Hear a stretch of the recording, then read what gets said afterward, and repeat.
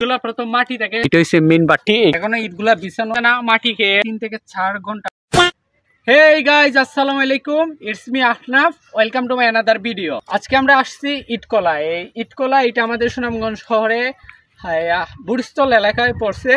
আমরা আসছি দেখার জন্য, আপনাদের দেখাবো ইটকলা। এই দেখতেছেন ইটকলা, এইখানে বাটি, এইখানে আগুন ধরানো হয়, এই ইটগুলা পুরানো হয়। এগুলা প্রথম মাটি থেকে প্রসেসিং এর মাধ্যমে ইট পুরে ইট হয়, এটা সবাই জানেন, তাও বললাম। এটা ইটকলা দেখেন সুন্দর। আর এইখানে তারা রান্না করে খায়, মানে এখানে এতটা তাপ থাকে। এইগুলা এই দেখেন ইট দিয়ে ঢাকা, এইগুলাতে ওরা রান্না করে খায়। এখন ইট দিয়ে ঢাকা রাখছে, যেহেতু এই ইটগুলা রেডি হয়ে গেছে, এখন আর আগুন জ্বলতেছে না, এই ইটগুলা রেডি। এগুলা বিক্রির পর আবার নতুন করে ইট দিবে। এগুলা এখন আর ইট তুলে না ওরা, কারণ এই ইটগুলা বিক্রির পর তারপর ইট আবার তুলবে। আর আপনাদের দেখাই আসেন।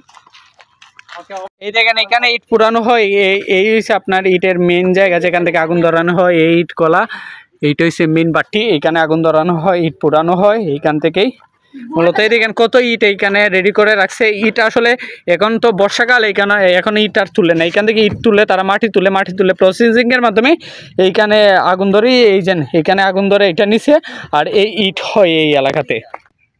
এইখানে হাজার হাজার ইট আছে, হাজার হাজার ইট এইখানে আছে ইটকলার পাশে।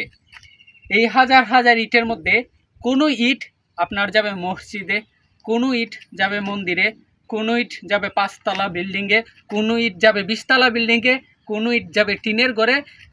এইখান থেকে মাটি তোলা হয়, এখানে মাটি তোলা হয়, তোলার পর এইখানে ইটগুলো দেখেন এখনো ইটগুলা বিছানো আছে, দেখা যাইতেছে এগুলো কিন্তু মাটি, এখানে ইট হয় নাই। এগুলোকে আগুন দেওয়ার পর ইট হয়, মাটি থেকে ইট করা হয়। এখন তো আসলে ইট করতেছে না, নয়তো দেখাতে পারতাম ইট কীভাবে করে। এখন আসলে ইটের কাজ বন্ধ, শুধু তারা বিক্রি করতেছে, যেহেতু বর্ষাকাল। এই দেখেন এখান থেকে ইট তোলা হয়, তারপর বাটিতে দেওয়া হয়, বাটি থেকে ইট হয়, তারপর বিক্রি করা হয়। এইটা আছে না, এইটা দিয়ে আপনার মাটি আছে না, মাটিকে তোলার পরে এটা দিয়ে মিক্স করা হয়। মিক্স করে এই মাটির ধরেন বাতাস যেগুলা থাকে মাটির ভিতরে, বা আপনার এই আর্দ্রতা বা মাটিটা সফট করা হয়। সফট করার পর ইটের শেপ দেওয়া হয়। তারপর প্রায় 6 থেকে 7 ঘন্টা, ধরেন 3 থেকে 6 ঘন্টা এই ইটকে আগুনে পুরানোর পর ইট রেডি হয়।